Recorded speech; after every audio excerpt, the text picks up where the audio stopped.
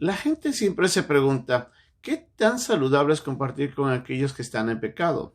Sobre todo con aquellos hermanos de la iglesia que persisten en vivir en pecado y que no se arrepienten de una vida que lamentablemente está destruyéndolos a ellos y que puede destruir la vida de la iglesia y la comunión con los demás hermanos. Tenemos que mirar cómo Pablo nos llama la atención en este capítulo 5 a los últimos versículos en las que menciona de que nosotros como iglesia no podremos juzgar al mundo si dentro de la misma iglesia está el pecado. Vamos a ver qué es lo que nos dice Pablo en estos últimos versículos de ese capítulo 5, aquí en Un Momento con Dios.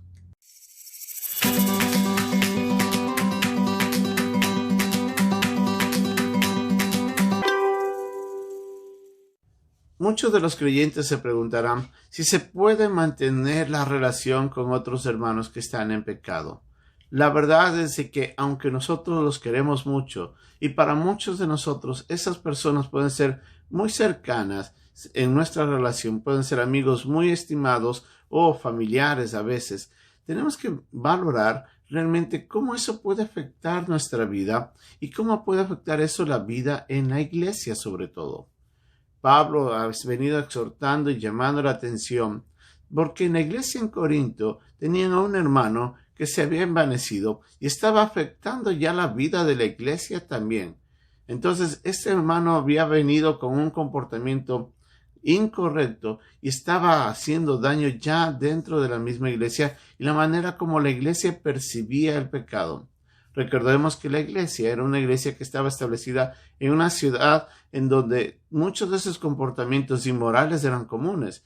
Entonces, para ellos era difícil poder evaluar qué era correcto y qué no era correcto, porque su discernimiento estaba todavía en desarrollo. Y Pablo tenía que poner normas y poner lineamientos que ayudaran a la iglesia a santificarse.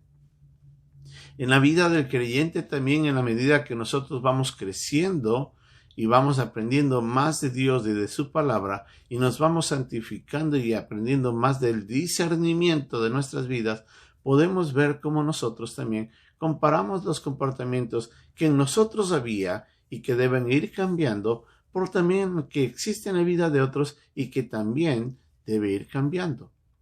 Pablo estaba diciéndoles de que no se puede juzgar al mundo si nosotros mantenemos todavía pecado dentro de nosotros. Así es de que tenemos que hacer una evaluación muy seria y determinar qué está sucediendo con nosotros y con las personas con quienes nos relacionamos y las personas que asisten a la iglesia. Mucha gente que está en el mundo no viene a la iglesia porque lamentablemente ve todavía pecado dentro de la iglesia. Y si bien es cierto, la iglesia es un grupo de personas imperfectas, porque ninguno es perfecto, también es cierto de que nosotros en la iglesia tenemos que ir progresivamente creciendo en la santidad. No podemos ser la misma iglesia que éramos hace 2 o 3 años y no podemos ser los mismos creyentes que éramos hace 2 o 3 años. La iglesia tiene que ir creciendo, tiene que reflejar la santidad de Dios. El carácter de Dios en la iglesia se debe ver por todo lado y eso debe impactar al mundo. Lamentablemente no sucede. Entonces, a veces nosotros, por amor a ese hermano, por amor a esa persona a quien estimamos mucho, nos gusta decirle nada y mantenemos esa relación. Esa relación, lamentablemente, no le ayuda al hermano a arrepentirse.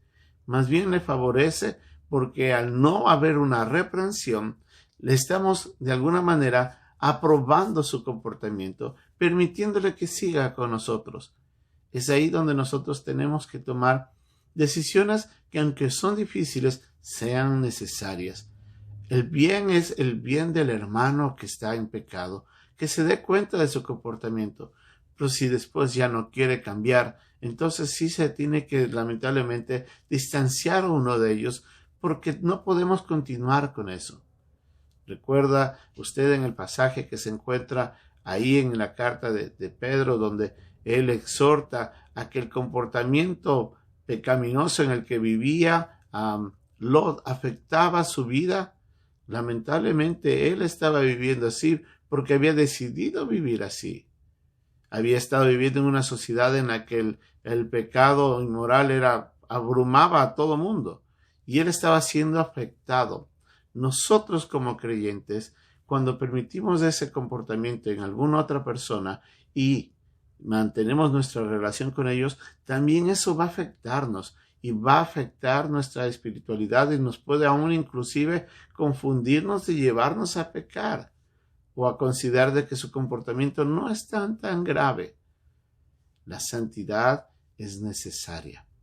La prudencia y la manera como mantenemos nuestras relaciones también es necesaria ser evaluada. Por eso, Pablo anima a la iglesia y les dice, saquen a esa persona. No podemos dejar de que esa levadura vaya a leudar toda la masa. Por eso es que necesitamos alejarnos de esas relaciones y mantener en un comportamiento santo nuestras vidas, nuestras relaciones y sobre todo la vida en la iglesia.